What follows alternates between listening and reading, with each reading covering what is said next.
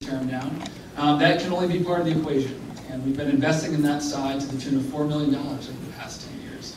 I think it's time to start thinking about what is our actual future for housing, what's an actual strategy. That's why in my plan, we're going to try to go back to the time when the majority of housing downtown was actually owned by the people who lived in the buildings, where we could actually create 100 units where each and every tenant had an ownership share, a part ownership share in the buildings.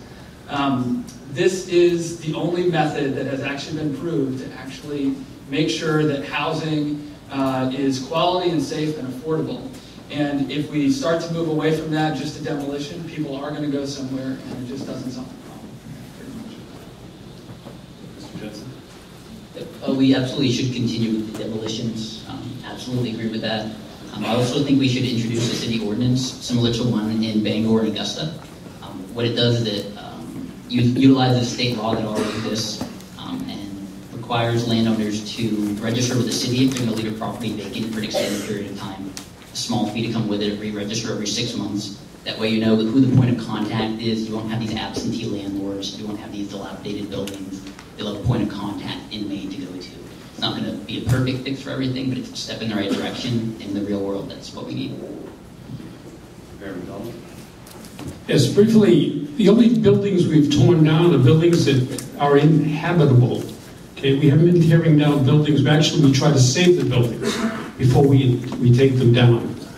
And maybe the neighborhoods are this way because when I came up here in 1977 and I was down in Little Canada, the people that used to live down, the old French people, you could eat off the street. Today, the streets are filthy. So maybe that has something else to do with it. Thank you. When I was on the city council, there was 93 buildings at one point that were targeted to be torn down, but you can only tear down, like, because of funding, somewhere between 8 to 10 a year because of the cost to remove asbestos, things like that. So you have to continue to work at tearing down those buildings. They're dangerous. They're places where kids could go, things like that. You don't want to get into that at all. I would continue with targeting that, and that's where code enforcement would stay on top of it. First of all, I went from the worst landlord in the city according to Mr. Chair. Joe, I'm going to break my rule, I'm using it. Joe Dunn, Joseph Dunn and his wife, Debbie, have taken only 5 buildings in a row on my street. And they have rehabbed these buildings.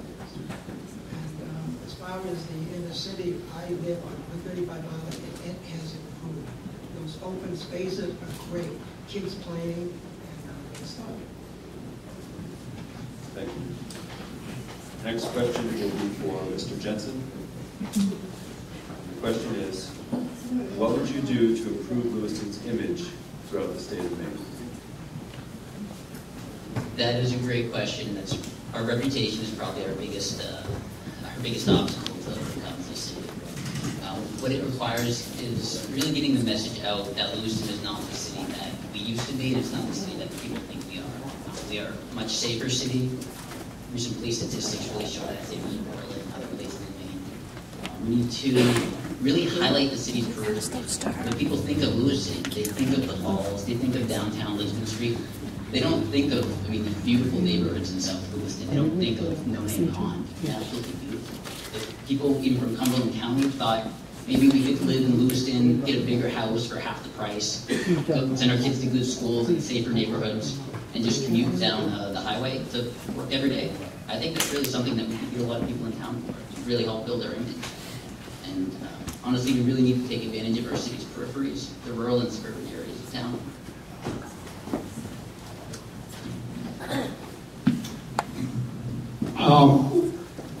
The reputation is what is killing us.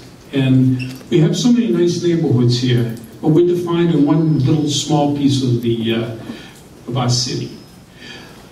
If it wasn't for LA Arts, one of the things that's bringing back the city of Lewiston is LA Arts, because they're bringing in people here, they're seeing the city and they're looking and they're saying, well, you know what, this really isn't that bad a city. So I think they've done a lot to help us get going. But this is a beautiful city, and we just got to advertise it. Thank you. I addressed the image issue in my first opening remarks, and most problems, it takes some sort of money to fix these issues. With downtown, I think if you put some regulations on downtown store frontage and change the zoning a little bit so that there was some restrictions on some conformity, and I think that would be a better thing to do. I completely agree with what Luke said. It's too bad about the image, and we've got to all continue to work on it. I was talking with the retired police chief, Jensen. A lot of people don't remember him, some of you may. But I've actually seen the Lewiston PD go on the offense in the inner city. And I live in the inner city. I go out at 2:30 in the morning collecting bottles and cans to pay for my campaign because I've not taken any money from anyone. And the city at night is beautiful.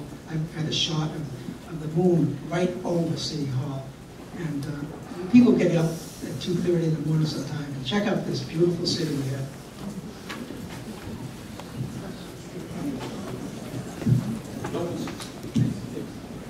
Thank you. So there's two parts to this. The first is a part of our reputation that's unwarranted, and the second is the part that there's a kernel of truth in. Folks have talked about polite. The term that I think Mr. Morgan was looking for is form-based code, and that's in the comprehensive plan, and that you can read about that in my plan. I'm really proud that everybody here is on the same bandwagon in terms of code enforcement. You can read more about that in the report Maine People's Alliance released.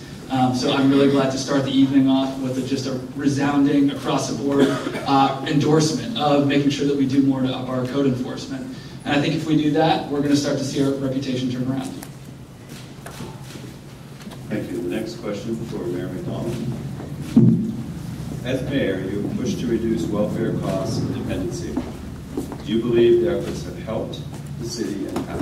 Do I believe it helps the city? Yes, how? Yes, I do. I do believe it helps the city. Now, I am not anti-welfare, as they make me out to be. Welfare is a necessary thing. We have to have that. But it's a short-term thing. It is not generational. And what's going on here now is, and if you just looked at the paper this morning, you see all these new kids coming in from out of state, out of town, into our schools. And this is killing us. This is not Portland. This is a very poor city.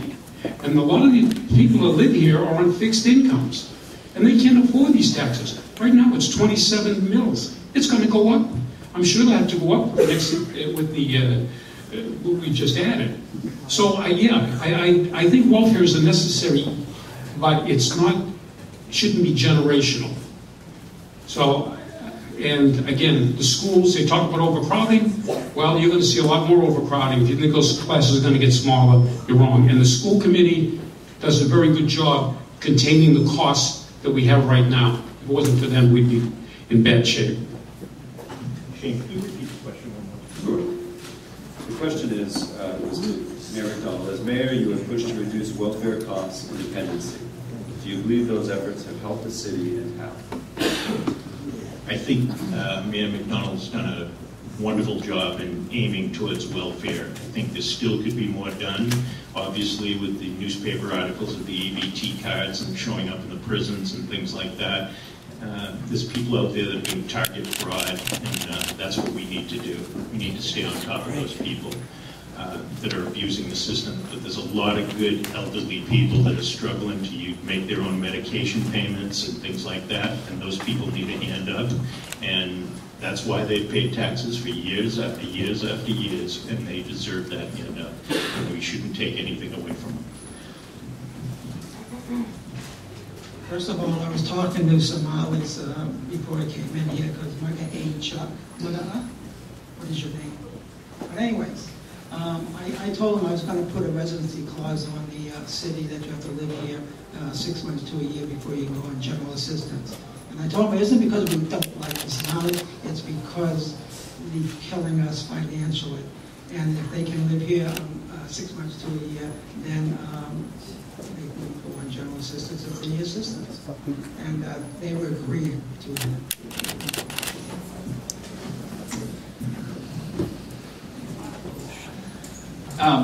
When the mills were open and you could graduate from high school and get a job that wasn't going to make you rich, but it was enough to buy a house and raise a family, we didn't have these issues. That's the root cause of this.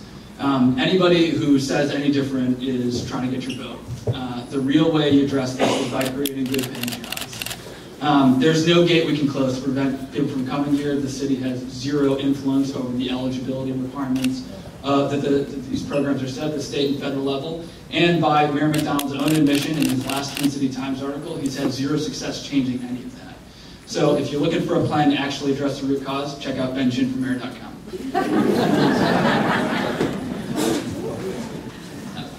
I would say the mayor's efforts for welfare reform have been helping. It's on the right track. I think we can do a much better job. I think being more diplomatic can get a much quicker and better result. Just because you're on the right side doesn't necessarily mean you're going to get what you want. So I think we could be much more diplomatic about it. There are families that have been here for generations that are really bearing the burden. Families that have never really asked much from the city. And so when they see people coming into Lewiston, literally walking into Lewiston and asking for money from the taxpayers, it's insane. Mr. Morgan, do you generally favor the idea of combining Lewis and Auburn under a single city government, and why? I generally favor the investigation to do that. I applaud the people that are volunteering their time, some great people on that board, 2 or 3 from each community.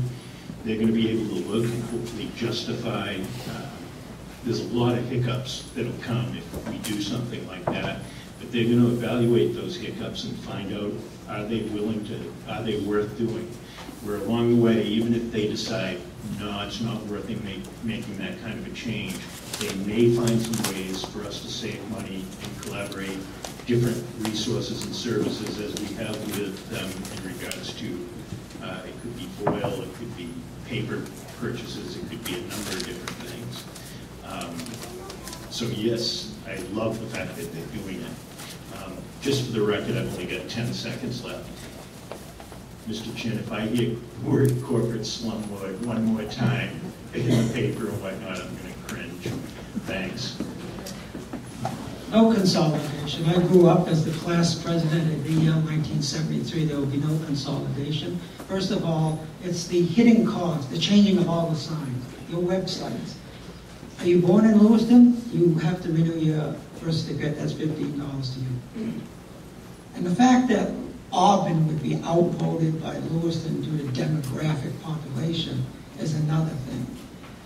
No consolidation. There's no hidden costs will kill you.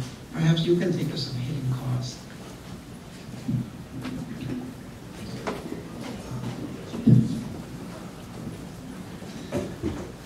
On the plus side for consolidation, I think there's things that we can do together with our resources that we can't do individually. On the downside, I think we've seen with school consolidation in Maine that this is a technocratic process, and the technocrats whose very redundancies are the ones we're trying to eliminate are the ones that have the most power in the process. So I've got real concerns around what would happen to frontline workers and the quality of services in both these cities. With my 10 seconds, I'd just like to define the term corporate slumlord.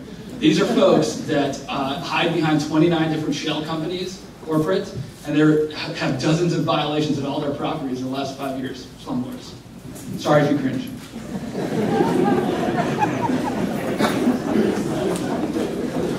Go ahead, Mr. Jensen. I've actually attended a few committee meetings for the Joint Charter Commission. I like attending committee meetings. It's cool to see what's going on. You just really can't get that knowledge without being there. The way I look at it, no matter what happens with Lewiston and Auburn, our destinies are tied together one way or another. If the plan is really good and it's much better than what we have now and it's really obvious, yeah, I'll support it. But if it's going to be a bad plan, no, definitely not support it. It's just a little too early to give an opinion on it. Let's wait for them to finish the plan before we judge the plan.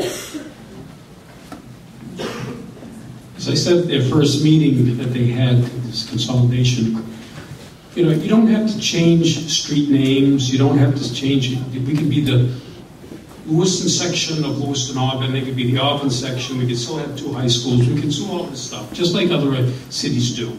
But I really feel that economically we would be an advantage, and definitely politically we would be an advantage. So I am definitely for it. Thank you. Thank you. Mr. Soule, your question? Do you favor complete streets, which is the effort to make all city roadways safe for cars, bikes, and pedestrians to go? Sure, I'm for that. Matter of fact, I would like to see the inner city streets be dropped to 15 miles an hour during the summer hours. It's a high active, high youth area, and I would propose that. I also like to admit I'm a bicyclist. I bicycle everywhere. Keeps me in shape at 62, and I do like the bike lanes. However, they may not fit every street because of these jetting out sidewalks we have, which narrow the street down. I don't know how the snow plowers do it. I think it's got to be murder. And all the flat tires that I hear when they roll over. So many tires in my neighborhood have been flattened because what they do is they don't take the corner wide enough and their tires pop because when they cut that stone, they cut it sharp.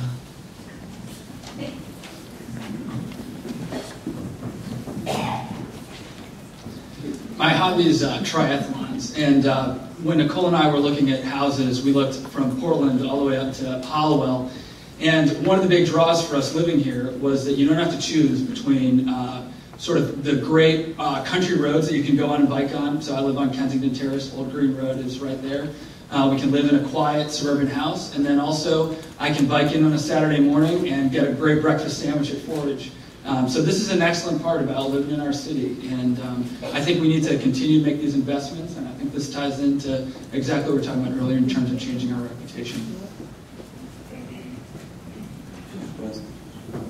I just want to say that bike lanes on downtown Lisbon Street, anywhere in Lewiston, don't make a whole lot of sense considering we have snow 6 months of the year. Maine is just not that type of place. We're not California, we're not Silicon Valley.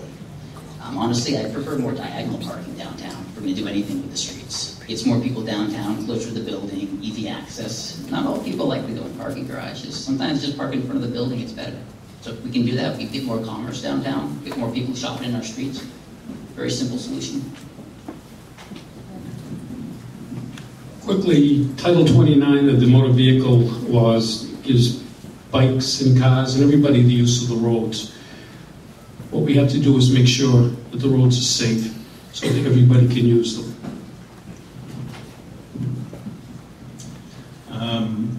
I agree with Luke. When we're talking about downtown, there's a lot of downtown traffic and whatnot, people cutting through, and geez, I'd love to see it down to 15 miles an hour, but I don't think that's going to happen. I guess the bike lanes to get you through, one to get you through the street like they have on Pine Street now is fine, but I wouldn't start making all the downtown streets all bike friendly. You're asking for accidents. I'd use my extra 8 seconds to go back on corporate slum loads, but I'm not going to.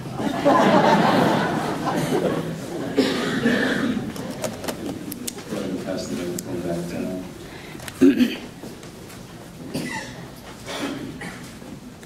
This question is for Mr. Chin. Every line item in the city budget matters. For which single line item or program should receive more funding? And when cuts must be made, where would you look first to save money?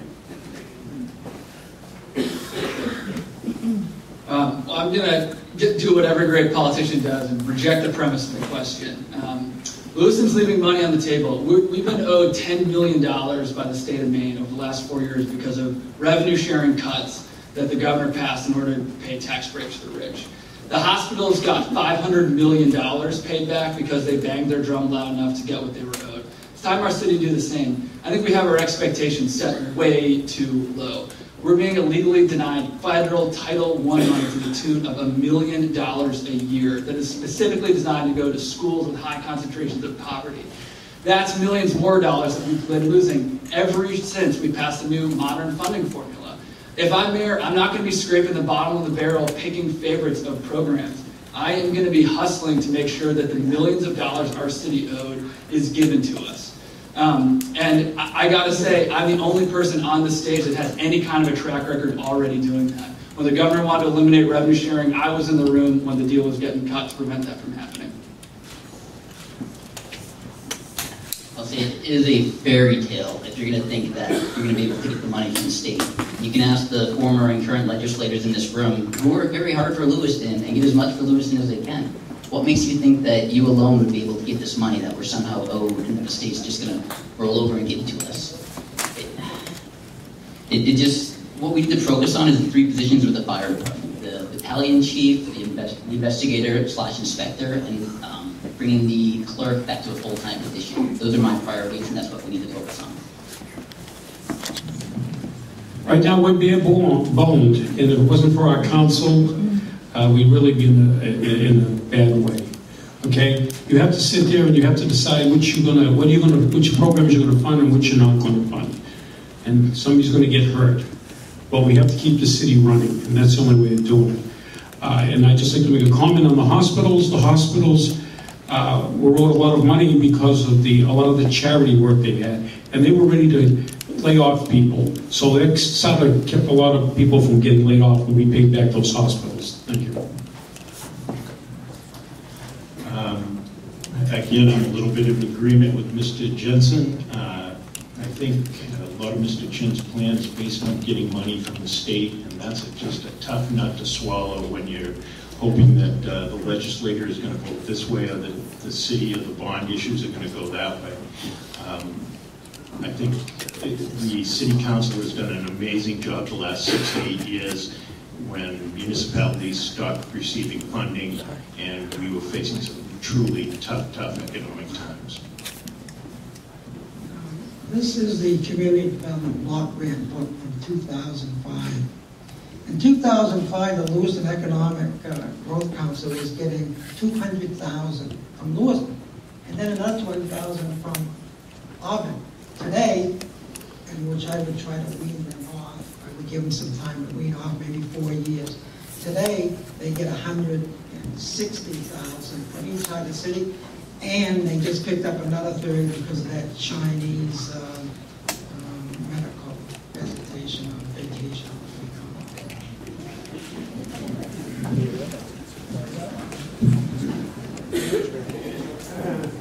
Question for Mr. Jensen.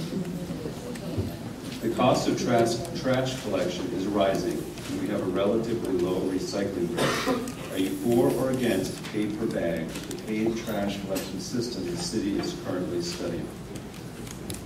Pay per bag, I know it more as pay as you throw. I think most people do. I'm against it.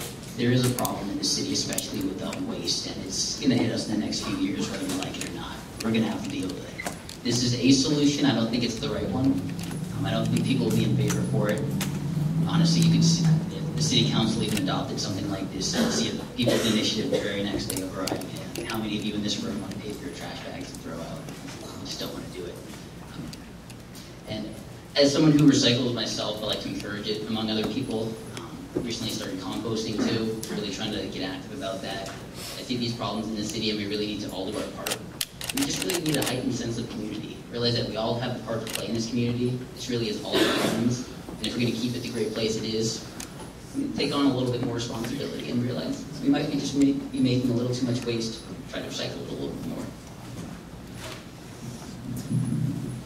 I think that before you make a judgment on this, you really should listen to what the facts are. And I think that's the way you make a good judgment. Right now, we have people sitting there saying, I'm not going to do that, it's going to raise my taxes. Well, I would just ask you to please, when we have all these little get-togethers, these things to tell people what stuff is about, please attend them. Ask your questions there. Don't hold your questions and then, be negative about it. Make an informed decision on this. I think on paper, I wouldn't be surprised to see the city council pass this. It's talking about a savings of $1 to $1.2 million per year. Who's not to love that idea? But there are some problems, and I know the council's going to be talking about it. What happens? Are the tenants going to pay for trash bags? Are they going to slide the trash bags down to a local dumpster?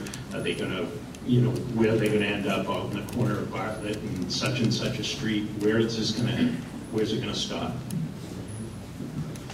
So my grandfather migrated from Canada, and as I said, I'm always leery of change. You know, if we weren't importing trash from out of state, which is burned in Auburn and dumped in our landfill, We can't hear you. we may not have to buy trash bags. The fact that we're importing from out of state through Auburn, dumped in our landfill, we have a life expectancy of 35 years on our dump.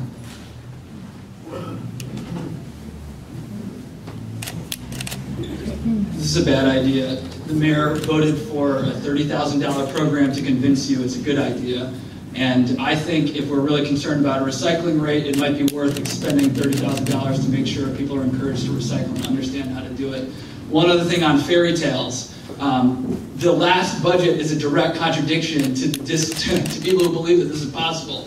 We got more money for revenue sharing last year, and school funding came in higher than was expected, and you can ask Bill Webster and Ed Barrett to verify that. The way you make sure you don't get more money is by not asking for it. Next question from Mayor Macdonald. What are your thoughts on the need to attract and retain blue-collar jobs in Lewiston, and what is your strategy to accomplish that objective? Well, obviously, we do have to. We just opened modular up in the industrial park, Gender Industrial Park, in that area there by the turnpike, and that's got a lot of. It's got 60 jobs right there that are blue collar, and they're very well-paying jobs. And according to the gentleman that's in charge of it, he's from Italy. They're talking about, you know, as soon as business really gets going, they're going to add some more jobs, a second shift, and then maybe even a third shift. But yeah, we have to bring these blue-collar jobs here because that's what the kids in the schools. That's what will probably keep some of these kids in the schools is to have these blue-collar jobs where they can go out there and use their hands, and because a lot of them are not academically set to do stuff like that. So. Absolutely, we should attract and keep blue-collar jobs. I used to be an electrician. I was a licensed electrician for about the last 40 years. I haven't done it much in the last 40 years. I usually don't get paid that well, once or twice a year. But the people in Lewiston need that. Every community needs blue-collar workers. That's what it's all about. And so the more we can attract here, the better. And that's tags right on to my bring more businesses here. I think Argo is the right step in the right direction. I was out collecting signatures at 2:30 a.m. in the morning at Argo, and they said, wow, first time I see a politician here, 2:30 in the morning. Well, 62, I couldn't take the heat. It was a heat wave, and I had to get those signatures in. But anyway, Argo is a good idea. And the reason I say that is because we have multi-language people here. French, well, I leave it at that. Multilingual, you know, French and Somali speakers.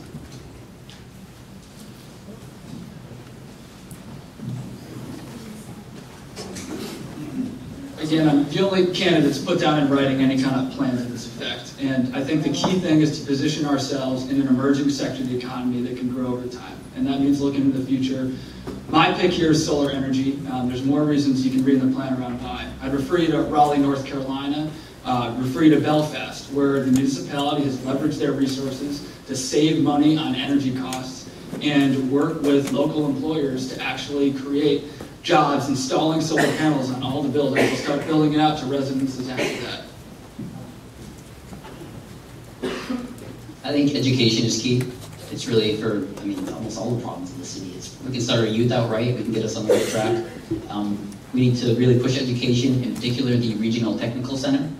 I'm all for expanding it, honestly. Anything we can do to get more students in there.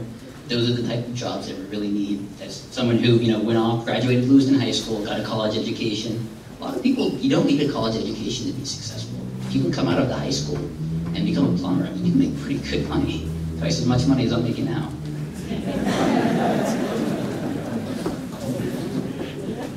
Next question for Mr. Morley. Specifically, how would you reduce the property tax burden of Lewiston's residents? Bring more businesses in. to bring more businesses into Lewiston. And that goes right back again to my opening statement. That's the best way. You need money to do that. You've got to build the tax base. We've got quite a bit of land available around Exit 80. It could be developed. It bothers me when I get up on a Saturday morning and I say, geez, I've got to go to Home Depot.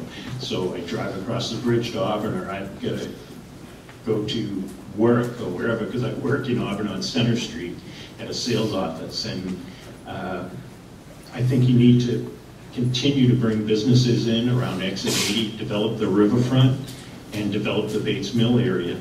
And all you need is something to trigger that Exit 80. People get off Exit 75 in Auburn and drive 6 to 7 miles to go to the Auburn Mall and those surrounding communities. Why don't they get off at Exit 80 and have it like there, just like they do in Topsom, Augusta, Portland areas? They have shopping areas right around the exits. I've been in discussions with Mr. Webster, Superintendent of Lewiston Schools, and asked him not to put any facades into the new school, and that would save $10 million off the top. The state is only going to do 30,000 of the new school. 10 million will be coming from the tax base of Lewiston. Also, cultural ties. Why aren't we building French cars, bottling French wine? We're in a world economy, and we ain't even going into our national heritage.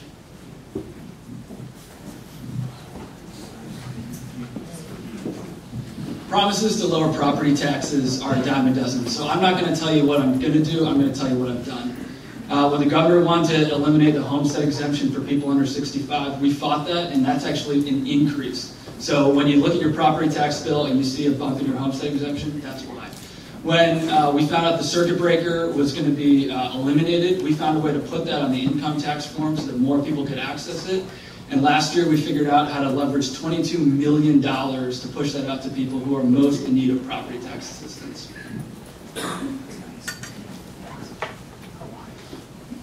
All right. To increase the tax base, honestly, I like to push the city's peripheries, as I mentioned before. We get a lot more people moving, living in Lewiston, buying better houses than they lived in before. We could really make Lewiston a more attractive place. And we have all the right ingredients. We just need to let people know what the state of Lewiston is right now. One of the big things I want to do is create a new city committee. It's going to be working title Rural and Suburban Advisory Board. Just an advisory board that will advise the city council and mayor on issues that are important to the rural parts of the community. That way we can build up the rural parts of the community better and really make those the prominent thing that people think of when they think of Lewiston. Mr. Chin is right. We can't promise you any tax cuts because we're just getting deeper in the hole every day. The only solution I see, and I've fought for it, is welfare reform, and we have to do something that goes with the schools. The schools budget is killing us, and until we get that, everybody else is getting rid of schools. We continue to build them, and this new school, we're going to, as soon as it's up, we're going to have to build another one. Can't promise you anything, okay? If that would be a lie. He's right. Next question for Mr. Soule. Describe your strategy to help immigrant populations deal with issues related to integration. Well, first of all, I live in an integrated neighborhood. I have people that are my neighbors are from Congo and Somalis across the city. What I would do to help them immigrate is give them a path to citizenship. I have a young boy who lives under me from one of the Catholic, Christian, French colonized colonies. He comes up to me this summer and says, "Chuck, my brother's a citizen and I'm not." And that kind of gets my hair started. We've got to move on this. I think that this country has got to take a stance on it and make a path to citizenship. It's not going to be easy. And if you go to www.soule 2015 mayor.wordpress.com, you will see that path because it's the first thing on my website. I also have, I'm on Facebook. Search Mayoral, Lewiston Mayoral, rock the vote. I bet you none of you people have even been to my site because you're too stuck in your own way.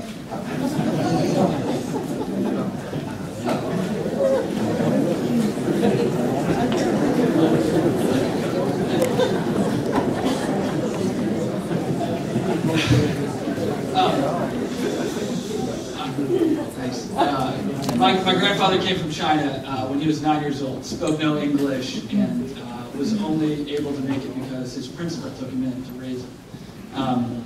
We need to figure out how to live together as our neighbors. I'm the only candidate, again, that's put forward any kind of plan to make sure that folks can overcome the two biggest barriers they have, which is learning English and entering the workforce. Going back to money left on the table, 2 years ago, Portland won $75,000 in a bipartisan vote out of the Workforce Development Committee for a center that allowed people to get recertifications so their credentials could take from their country into this one. We need to be doing that in Lewiston. I'd say a federal policy is the biggest roadblock that we have for immigrants in Lewiston. People, when they come, they want to work. They want to work. They don't want to. We could say mooch off the system.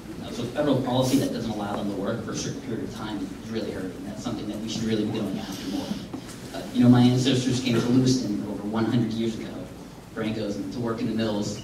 Worked hard for many, many generations to get where we are today. So we definitely understand the importance of immigration, especially here in Lewiston. So honestly, we really got to push education for the young immigrants and our youth. That way we can build ourselves up. I have asked and asked the federal government for help. I might as well be talking to the wall over there. They completely ignore you. I have asked for help to get people English, to immerse them in English. You might as well talk to the wall. The only people that responded, and it was just a little bit of help, but it was something, was Governor LePage and Ethan Strimley. Now there's a combination right there. But they helped, okay? They helped. Nobody wants to. They throw people in here and they just forget about them. And these people, as far as schooling goes, these people, especially the Somalis, they excel in school. They excel. I just started a couple weeks ago working with the New Americans. As I said, I sell real estate. They approach me. They're looking for a building that they can set up and teach classes and do something. They want to be somewhat right in the immediate area of downtown within walking distance, because so many of them can walk there. But they're looking to do the basics, and we've talked about it, learning how to, the basics like filling out a checking account, making a money order, a number of different things. So yes, I think we should continue to help them and find that spot. For Mr. Chin, pass the.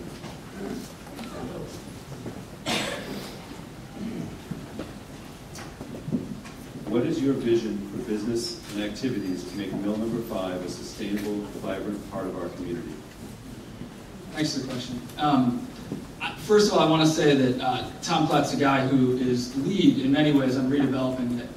Is a supporter of mine, and a lot of the ideas that were in the plan that I released, I unashamedly took from him and all the other business owners that I've been meeting with. So I think the first thing that we have to do is recognize that this would be an absolutely transformational project, and I was happy to participate in the charrettes that just occurred around figuring out what's next for it. We need to have policies that are actually conducive to this. If we were able to redo Mill Number 5, would completely transform our whole city.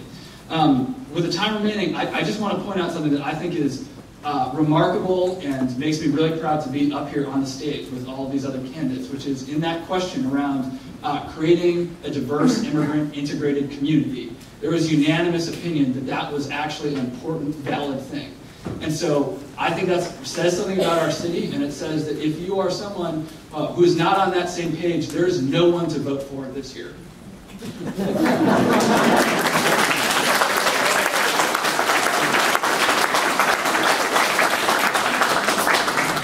Mr. Jensen? Mill Number 5 is somewhat of an icon here in Lewiston, and it'd be much better to see something done with it rather than tear it down. I know we've kind of struggled with that in the last few years, but what we should do. It's a great building, and we really should keep it preserved the way it is. I know the economy is not as great as it could be, but down the road we'll probably get more activity. I know Baxter Brewing right next door, they've always thought about maybe expanding a little bit more. You mentioned Mr. Platt's development. Honestly, with Mill Number 5, I see it as an important part of our city. It's almost part of our heritage, and we need to ensure that it gets developed. The development of Mill Number 5, when you see what's going to go on down there, this is going to be a showcase. And this is going to attract people to the city. And I guess I would have to thank Mr. Platts because he took the bull by the horns and he's ushered this thing place in. And hopefully soon we'll have a announcement to make. And I think everybody will be very pleased. Thank you.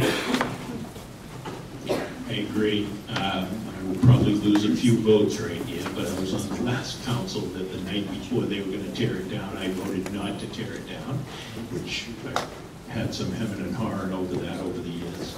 But I'm glad we didn't. It's a historic building, wonderful building. I've got a couple of plans for it myself. I've actually just reached out to Shannon Rogers, hopefully to be able to talk with her about approaching somebody for it, for a good-sized piece of that. And I wish I could disclose a little more, but it's a real estate transaction, and I can't right at this time. I'm going to share it. The reason they can't tear down basement number 5 is because it makes up part of the canal. It makes up one of the walls of the canal.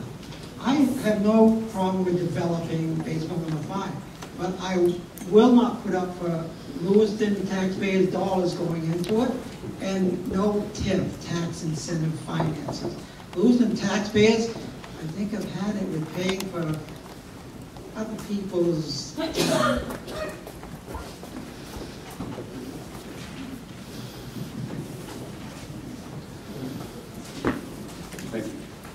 Question for Mr. Jensen. Lewiston, Auburn has the largest chamber in the state. What are your plans and what experience can you bring to the job to support these local businesses thriving? Well, I'm always someone who likes to, of course, like various committee meetings, meet as many people as possible. I like to get a comprehensive idea. So I'm not someone who's maybe a specialist in certain things about that. Again, I like to be comprehensive about it. I'm 24 years old. I've never owned a business. I'm not the guy you ask for when you ask for business advice. I'm someone who can organize people, get them together, and I get the right people who know what they're doing, and we get them together, and that's how we get a plan. I mean, you look at a president of the United States, one person alone can't do everything. They hire good secretaries to go with them. And so that's what I would do as a mayor. I don't have all the answers myself, but I am committed to getting the people that have the answers. We're going to work together, and as a community, we can get it done. I really have no standing at the Chamber of Commerce. It is the largest one. I do go over there. I do talk to people. But there's no way that as mayor we're going to interfere with what they're doing over there. We can, you can make some contacts over there, and you can use those contacts in order to create businesses here. But as far as running Chamber of Commerce, it's an organization that run themselves, and the mayor really has nothing to do with the place. I agree a lot with the mayor. I think the only thing he could do is every time he cuts a ribbon is introduce him to the Chamber of Commerce and tell him it's one of the best organizations in Lewiston, Auburn, greater Lewiston, Auburn. And the businesses and stuff that go there are tremendous, and we've grown a lot because of the excitement that's been generated over the last 5 to 10 years. First of all, I mentioned weeding off some of these people with large grants from the Community Development Block Grant. Some of that money could be utilized in subsidizing business rents. Let's face it, a person goes into business, they got 2 rents to pay, they got 2 electric bills to pay, 2 phones. So that's quite an expense, and I believe that one way of doing it is to wean off people that have been on the community block grant money for a long time, and use that money to help businesses get established.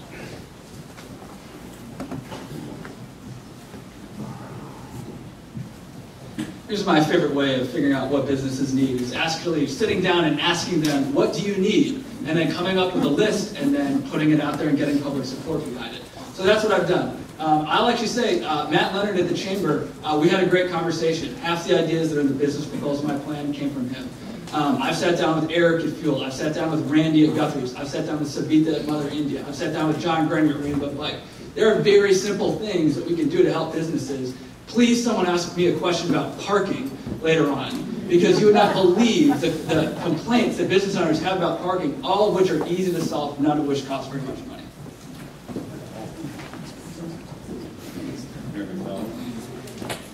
Do you favor or oppose alternate education methods such as charter schools for Lewiston students? Well, if they're not teaching, I favor charter schools. If you're not teaching, they're not getting the education they need in a public school, then by God, they should be able to get an education. I mean, this is not to pit sides against each other. This is not right. All it does is split the community. Okay? The only thing that we should be worrying about here is making sure that every kid in this community gets a good education, because that's what's going to sit there and that's what's going to drive this community forward. Okay? Not pitting one group against another. Again, I agree completely with Mayor Macdonald, so I'll pass on this and move on. I've actually, on my website, people have studied thoroughly, I'm sure. Because again, that was www.soule2015maine.wordpress.com. I have a idea that I would let individuals opt out of the Lewiston public school system if they had lived here for 5 years, so that they could use that what has been expended on their child in school and take it to a private school or parochial school. And that's on the website.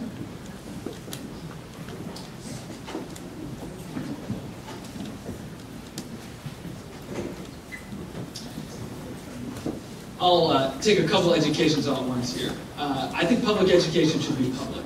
And I think strange things start to happen when you introduce corporate profit motive into it. So I think we already talked earlier about the resource issues our public schools face. I don't see how creating a whole other institution solves any of that. Furthermore, when you look at issues like standardized testing and all of the requirements that teachers are having to be evaluated on today, you start to wonder who's actually making money off of all these new requirements and are they actually working? There's no evidence to support charter schools have any higher quality of education. I saw so many of my classmates when I was in high school that they fell through the cracks. The school system wasn't designed very well for them, and it's not necessarily their own fault. Something happens in life. I mean, if you're a homeless 16-year-old, you're really expected to do well in school. How can you really do well in school? So we can't have this one formula that you have to do this. This is going to determine your financial success for the rest of your life. We need different forms of education for our youth. If it means spending a little bit more money sometimes on charter schools, okay. We need to make sure all of our youth are educated. At the end of the day, it's an investment. It's not wasting money. Question for Mr. Morgan. How do you propose to attract young people to move to Lewiston and buy property in Lewiston and help improve the housing stock? That's a broad question. Again, bringing businesses into Lewiston, that's going to cause an overflow and a repertory businesses opening up. And that'll bring more jobs to the people that are here, and hopefully keep the young people that are here in the city. As far as the housing stock, I've sold real estate for a long time. Let me just take this 30 seconds or whatever to harp on it. I've sold, I'm going to go off track here a little bit. I've sold some of these buildings, the multifamily buildings, to some of the corporate slumlords that he's talking about for as little as $15,000 to $20,000. Now, what shape do you think those buildings were in when they bought them? And they immediately, the first thing they did was put all new windows, all new siding on those properties. I've seen the apartments before they rent them out. What they need is some tenant education also. It's a two-way street. It's not just corporate slumlords, it's tenant education.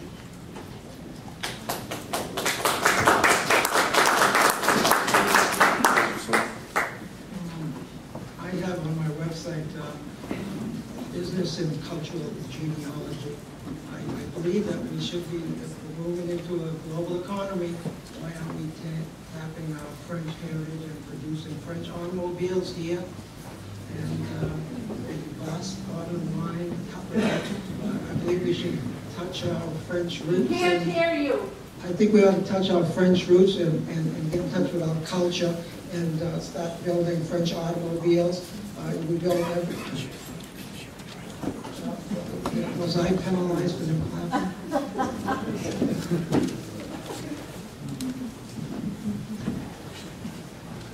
The gold standard in housing is 77 and 79 Maple Street, where you can see what the raise up has done to rehab these buildings. This is the model that I'm talking about, where you're getting past the landlord-tenant thing, and you actually have people who are living in buildings with an ownership stake in it. Our city needs to plow all the resources we can into blowing that up so that we can change the market. When you have to actually decide between, my rent is going to be this much, are we going to invest it in this kind of capital improvement or that kind of capital improvement? That's the kind of conversation that's good for the city, it's good for the people who live in the buildings, and it's going to get us beyond this tenant-landlord thing that's been plaguing us too long.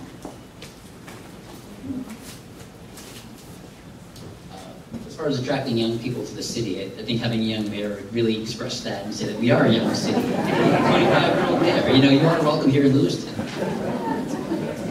It harks back to talking about the rural and suburban parts of town. Those areas are beautiful. If young families only think of some like the really downtown, not as nice neighborhoods, and they think that that's where they'd be moving their family to, they're not going to be inclined to do so. We all know that. But if they can see some of the awesome neighborhoods, South Lewiston, No Name Pond area, and they realize they get a house for half the price and pay twice as big, they're going to come here.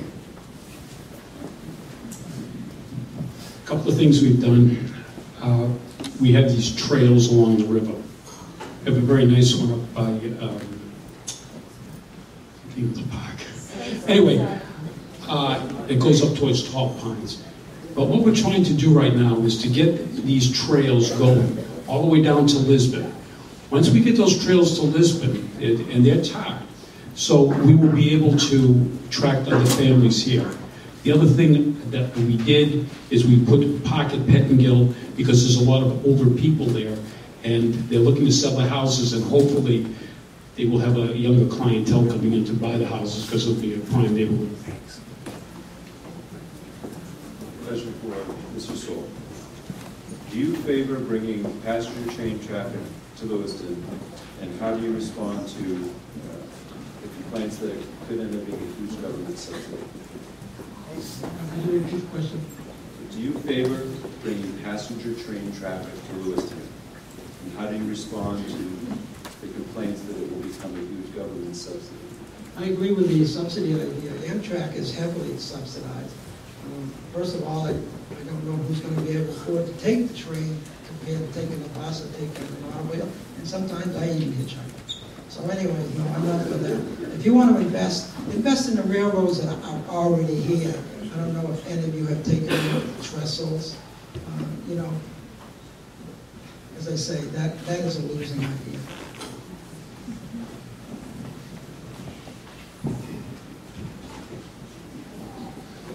I support a train coming to Lewiston, and I think it's worth noting that all forms of transportation require massive public subsidies. So roads are publicly subsidized, buses, airplanes, these are all highly regulated, highly subsidized forms of transportation. So the question just becomes, where does the money actually come from? And I think I'm the only candidate up here with a track record of actually being able to figure that question out. The last thing I'd say is, point to a single city, a single great city, that doesn't have all the above forms of transportation. There's just a limit to how great we can become if we deny ourselves this opportunity. It was a long time ago that Lewiston residents actually banded together, put some money together, and opened the rail station. And as a part of that, a lot of the Francos came to Lewiston. So there's the history of Lewiston voters investing money in rail service. Honestly, Lewiston's the second biggest city in the state, not even considering Auburn, just alone Lewiston is. Yet, we don't have a major university. We seem to lack a lot of the things that other cities in the state have. So having passenger rail, I think, is really good for the city. And being the second biggest in the state is something that could really help our economy. I'm all for the train, but let me just give you a little aside here. Okay, when the train originally came in down to where Rails Restaurant is, that was the money that was used was money that was collected apparently by the people, the pennies, nickels, and dimes from the people of the city of Lewiston. They had to pay for the railroad to come in. We now have a railroad we're trying to get in here, and we are being treated differently because they asked us, they want to know what we had, skin in the game we had. Nobody's ever asked that question. Just Lewiston Auburn. So you can understand what this place is, how we are being treated up there in Augusta.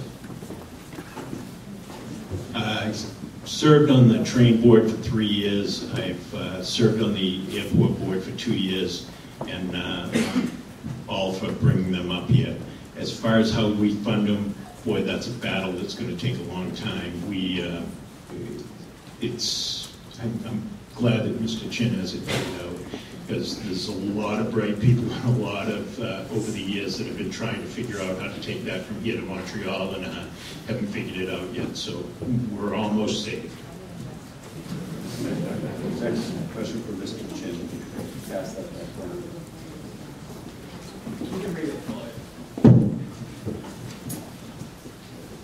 What would you do to address the influx of the number of students in our schools? Number one thing, this is going to get a little wonky, but there is real money out there to deal with this. And so I'm just going to go back to the fact that on the very first page of the application that our school system sends to the state to receive state funding, we deduct Title I money straight off the bat. Now, the statute, the federal statute, follow me here, says Title I funding shall supplement but not supplant state funding for these schools. So that means you can't take $1 out of Lewiston schools if the state is also giving you $1. So this is like the number one thing, because it's actually illegal for our schools to be denied this. And if I were mayor, I would be shouting this from the rooftops, okay? We have legitimate resource concerns of overcrowding and quality of education in our classrooms. This is illegal. The federal government sends a letter to the state of Maine every single year asking for an explanation on this. There is no excuse for why we're leaving this money on the table.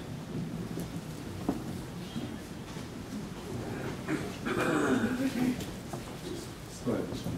All right. Part of my plan is to work closer with the school committee. I attend a lot of school committee meetings. It's one of those things you really have to be there to get the full picture. They don't videotape the meetings, and the minutes for those meetings are very poor at best.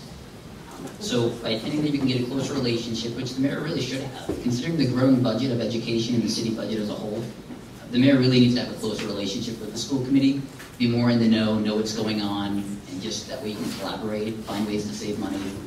It's just much more efficient.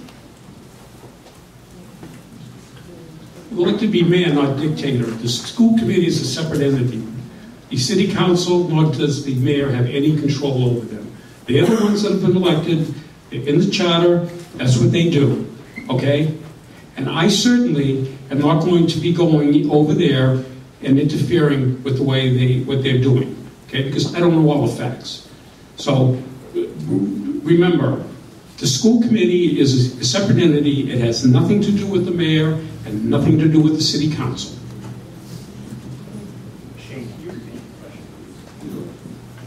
What would you do to address the influx of the number of students in our local schools?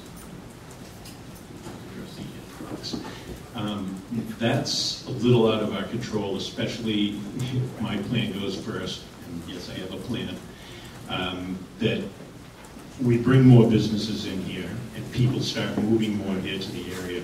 Not just refugee, but other people too, that want to start attending our school systems, and that's going to happen.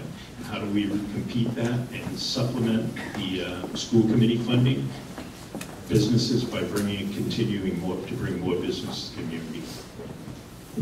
I was reading an article in the Sun Journal. I read the Sun Journal in the morning, but how many of you do? But anyways, they said about 129 new students came in. But I happened to talk to parents that had left the Lewiston school system, and I didn't see that statistic. Until I see that statistic, I can't really tell how much the school has increased. So until I find that out, I can't give you an answer.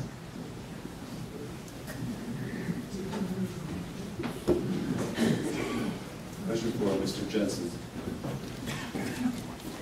Tell us about how you would advertise our recreational opportunities and assets in our community, and how you would develop new recreational opportunities. As far as development, I would really push the riverfront. It's obviously in the works. It's going. Mayor Jensen is not going to stop that at all. He's only going to continue to push for that. We need to focus on a lot of the green spaces around town. Places like Pettingill Park enhance the communities, and they make them very nice. And the neighbors around it like that. I think it's well worth the property tax. That's the money that's lost for those. Look at the different trails, like the new one behind McMahon School. I used to play in those woods behind McMahon when I was a kid because I grew up in that neighborhood, and so to now to know that there's an organized trail there, it's nice, and that's a great place to do it. There's so many different opportunities like that in Lewiston to make these awesome green spaces, a place for recreation, and we can really take advantage of them. That's Mayor Macdonald. I thought I just didn't I? So this was the question, new question for Mr. Jensen.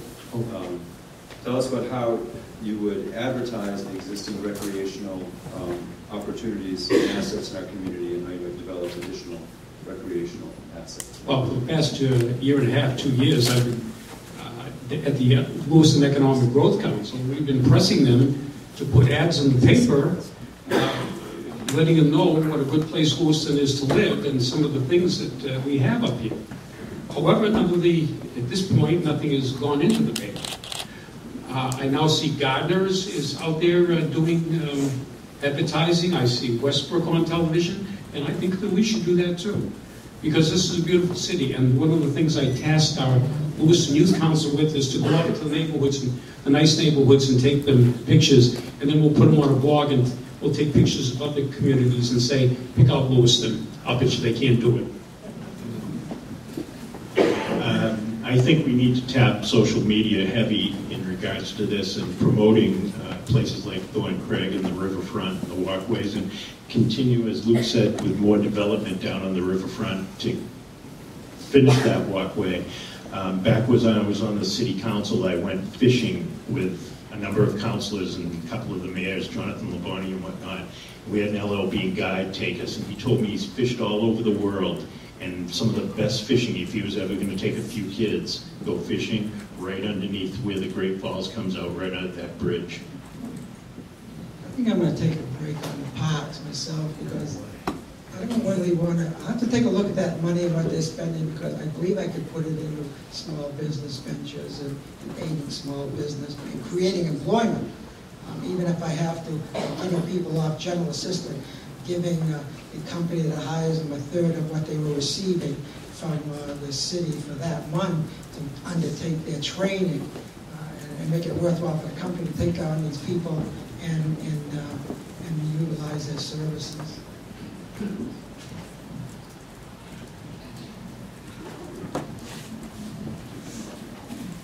Here's another idea shamelessly stolen from just meeting with business owners, and that is a map. So if there was a map that had some of the businesses downtown or wherever in Lewiston that were really good, plus with all the recreational opportunities, summer, winter, fall, everything from trails that you can walk on in the summer to all the great snowmobile trails that are out there in the winter, that would really help. One map that everybody could have when they come to Lewiston. And again, I didn't make that idea, but this is just one of the common sense ideas I've gotten from meeting with business owners.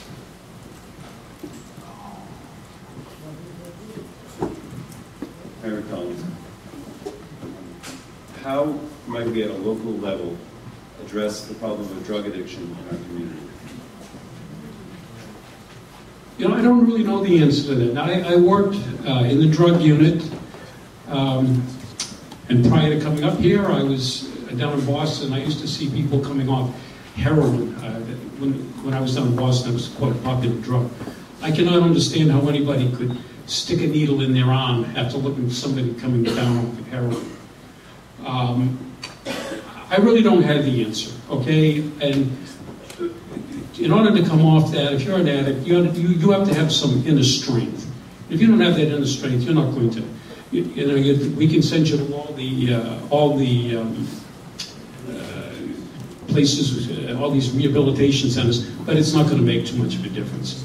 Okay, I was in law enforcement, so if you ask me which way I favor, I would favor really cracking down on these people and bringing the federal government in here, as we do now, cracking down. And when they get a sentence, they're going away to a federal prison, not a state prison. I agree with that. And the hand slaps that they seem to give to drug offenders are amazing because of the overcrowding in jails and whatnot. But I would be very pro on increasing the police force and giving them a little bit better education and getting a better way to handle that so that the kids aren't getting involved in it. And education right in the school system, I know they have the DARE program and whatnot, but they, I think continued education and continued push on that would be a wonderful thing. I'm not for harsh penalties because I think you've got to catch it quick. And I think, I've talked to a lot of DEA agents, like Officer Cashman of the Western Maine Task Force of the DEA, and I asked him, says, wait, how come you're not getting people? And he's there, well, why aren't you arresting the small people on the street? He said, well, we're following them to get to the big people. Well, if you're following them to get to the big people, you just created 100 more little people who will get to be big people. It's got to be done, and I live in the inner city, it's got to be done on the ground immediately.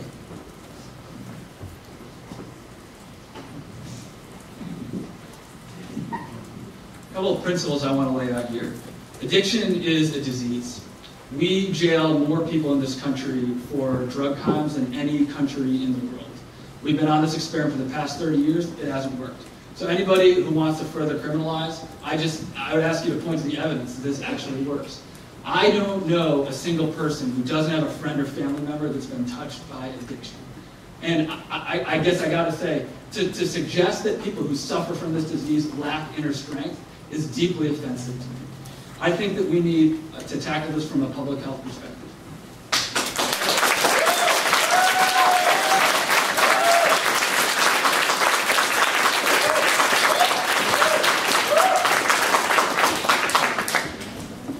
Mr. Jensen. This is probably going to be one of the very few things that Mr. Chin and I really agree on here. Is that drug addicts, they're addicts. I mean, we need to treat them as patients, not criminals. You know, they need help. They really need help, and it's more in our favor to reform them, get them back on the right path. It's honestly better for society. The people who sell it, though, the people who traffic it, no mercy on them. They're killing our kids, literally. They're killing our kids. So we really need to crack down on that. Our police force locally is very good. They're very underpaid for the region, and right now 6 of our police unions are working without a contract. We need to give them more resources. Question for Mr. Morgan. Do you believe that parking downtown is sufficient, and what are the strengths and weaknesses of the illicit parking? I'm glad I get that question. Because I was on the city council, I know that when Mr. Platts took over the Bates Mill, or a good portion of it, there was an agreement made that when he needed additional parking, he would get additional parking, and the city would help him get that and provide it for him. Unfortunately, everybody in the city doesn't understand this, so when they just spent $315,000 on a building down there, I have a little behind-the-scenes knowledge that they needed to do that. Could they have done it differently? I think they could have. I think they could have had who they need the additional parking for, could have probably put up some of that funding, and I wish I thought about that before, but this is a behind closed doors executive session discussion, and I wished I could have promoted that a little bit. But is there enough parking? There's enough parking garages. I guess as we expand businesses, we're going to need more. I'd like to see utilization of the parking garages since the cost of Bates Mill exit strategy, which I proposed, $27 million to Mr. Platts. Parking garage, 2 parking garages, city park that they got, $360 park they got, and then all those little parking spots the city had to finance for them. But however, they're there, and perhaps we should be running shuttles from the parking garages and get full utilization even when we have events at the Coliseum.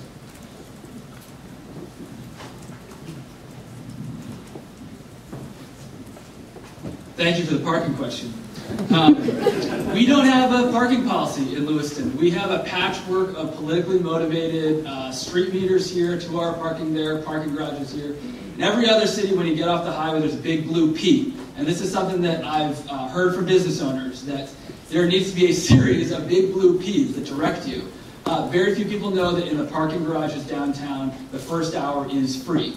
Very few people know that what methods of payment are accepted at these. There's a lot that we can do to make this work. I just talked to a business owner the other day, going to run out of time. Very quickly, daycare owner had to create one parking slot for every single customer using the daycare in the whole course of the day, and she almost had to close down her business as a result of this kind of over-regulation on parking. There's a lot we need to do on parking. Can I get extra time?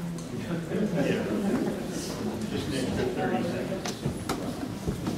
I've been trying to be real patient with our time clock. I have not tried to run over.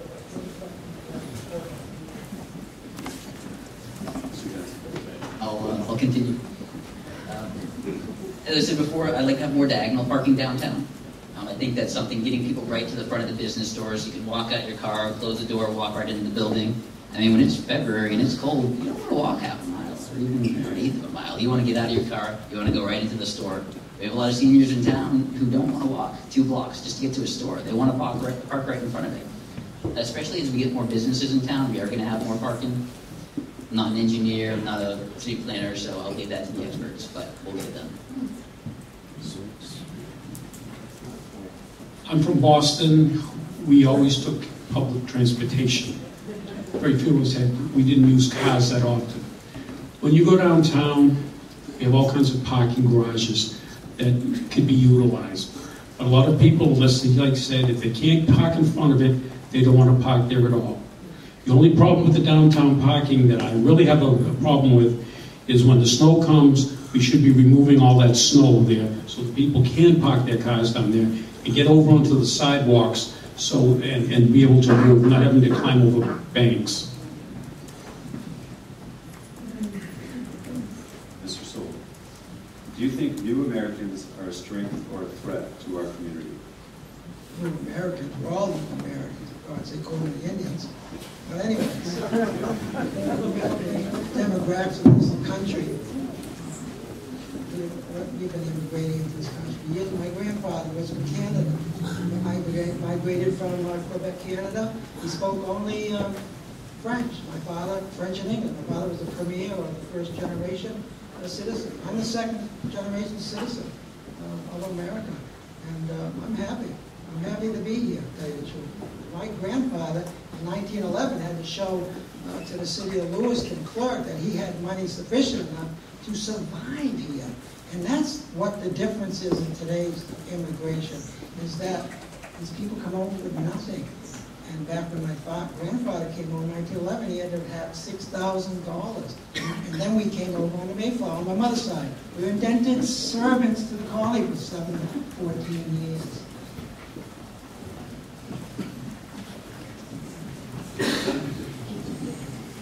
Not a threat. I yield my time to those who wish to have more.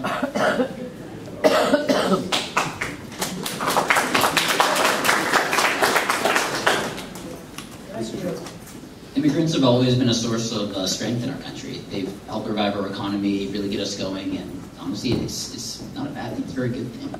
It can be a bad thing, though, if people come and too many people come and take from the system. In Lewiston, we're not a rich city. We've had our struggles, and just a few decades after the mills closed, we just don't have the money to give to everyone who comes here asking for it. It's not racist.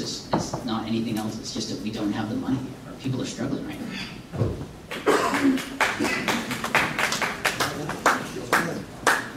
The Somali population has been good to this city because they have brought up our schools. We now have a 70% graduation rate. Without them, we probably have a 50% graduation rate. And I think that a lot of you people that have gone to college, you know that if you graduated from a school that had 50% graduation rate, I don't think any college would be really looking at you because it's, but they've helped, I get along very well with them. I don't single them out for special treatment. I say you treat everybody the way you want to be treated yourself, and that's how I work it. But they have been a boon to the city in certain things. I think anyone that comes to the city, if they go out and get a job and contribute back to the city, they're an asset to the city. When I was on the city council, there was at one point somewhere in the neighborhood of 5,500 refugees. Now it's not just Somalians, that's Sudanese, Angolans, a number of different people. And I think if they contribute back to the city, that's what it's all about. As expected, we've had more good questions than we have time. Since it is a little past 7:30, I want to give each candidate an opportunity, 90 seconds, to make a closing statement. We will begin with Mr. Chin. Thank you. Thank you all for being here tonight. I think over the course of the evening, I've heard some generic promises around creating jobs and lowering property taxes and attracting business. And I've also heard a few accomplishments, like creating a park, bringing a call center, establishing some trails. I'm the only candidate that's actually put some real numbers and a real plan down on paper that's out there for you to read, that you can hold me accountable to if I'm elected. And you can agree with the ideas or you can disagree with the ideas, but they're real ideas, it's a real vision. And I gotta say, I don't have it all figured out, and that's why I've talked to over 3,000 people to come up with it. The last thing I wanna say is a question that didn't get asked tonight, and that is, there are only men up on the stage tonight. And when you look at our city staff, there are basically only men in senior positions. The axis of the future of our city depends on the lives of women who are holding families together, who are working minimum wage jobs, who are struggling to stay in their homes long after their husbands have passed. And I'm a guy, I'm not going to claim to be anything besides that, but I do think that there is some serious questions about gender fairness in Lewiston that we do need to address. I thank you all for your time.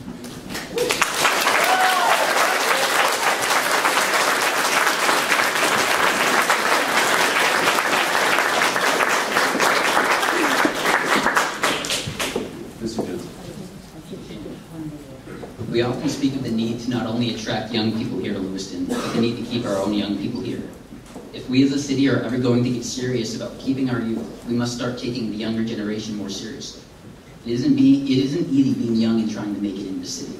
As someone who was born and raised here, and as someone who earned a college education and came back here to start a professional career, I can tell you from first-hand experience, it is damn hard to be successful. I mean, I work 40 hours a week, and oftentimes I still live paycheck to paycheck. Many of my high school classmates share a pretty similar story. Graduate from LHS, go off, get a college degree, return home to Lewiston, struggle to find work, and eventually land a job that only requires a high school diploma. And you work just to pay the bills, just to stay afloat. Every young person from this city knows that struggle. My opponents don't understand this struggle, but I do because I've lived it. I know what it's like to sit jobless for months. I know all too well the anxieties and lack of self-worth that come with it. I know what it's like to worry about being able to pay bills on time. I know what it's like to work paycheck to paycheck. I don't have a lot of money to my name, let alone money to use in a political campaign. My resources are very limited, so I've chosen to run a campaign based on quality, not quantity. If you haven't seen much from me yet, you should be over these next few weeks. I believe in a new Lewiston. Lewiston is a phoenix rising from the ashes. It's time to spread our wings and achieve the greatness that we are destined for in the city. Thank you.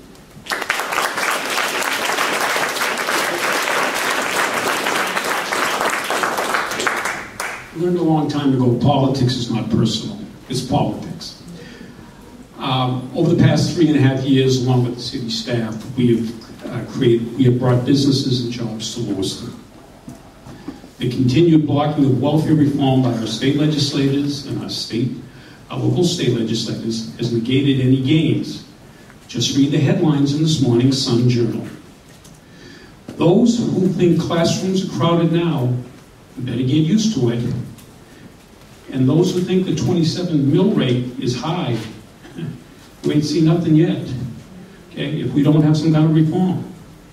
There is no one in this hall, after taking the beating that I've taken over the past 3 years, would be sitting up on the stage again looking for another term. No one. Okay? But I made a commitment. I may win, I may lose, but I am committed to introducing some type of welfare reform. And, again, politics is not personal, it's politics.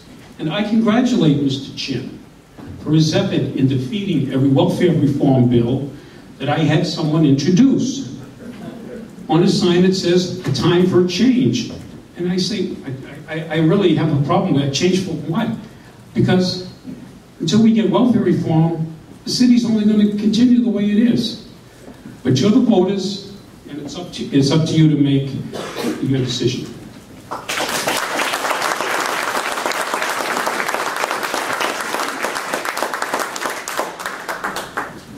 Thanks, Shane. Thanks, everybody, for coming.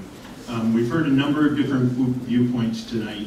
All across the country, just prior to elections, people are making campaign promises, many of which won't or can't ever be delivered. Lewiston still has some problems, but we have also experienced some very positive growth. And despite how much the five of us love this city and are willing to lead it, we can't promise a rose garden. I'm just going to interject here real quick to squeeze this in, but about 6 to 8 times tonight, Mr. Smith said, I'm the only candidate with a plan, and I've read his plan, and I encourage every single one of you to read this plan also, because there's a number of issues in that require money to come from places that he doesn't have, and that's a fact. Let me just finish this. If you allow me to concentrate with the city administrator on bringing businesses here, we can hopefully restore more services, work on reducing taxes possibly after we work on our roads, spend more money on education, public safety, and housing reform. Again, these things can only happen if we have the money. How do we get that money? Not by counting on bond issues or state or federal funding or municipality money coming back from the state. We can't count on that. Bringing businesses here can help with a lot of these issues. That's my #1 goal. I hope on November 3rd I can count on your vote. I'm Steve Morgan. Thank you again very much for letting me come tonight.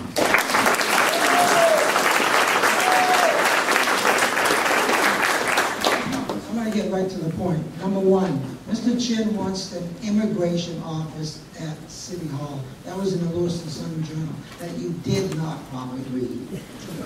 Okay, the current man wants a welfare list. If you're on welfare, he's going to put your name on the list. And I don't think I want to see kids on the list. Over 30% of the Lewiston High School graduates cannot do math at a 12th grade level or read at a 12th grade level. And that's according to the Maine State Assessments exam of 2014. Okay, now let's get back.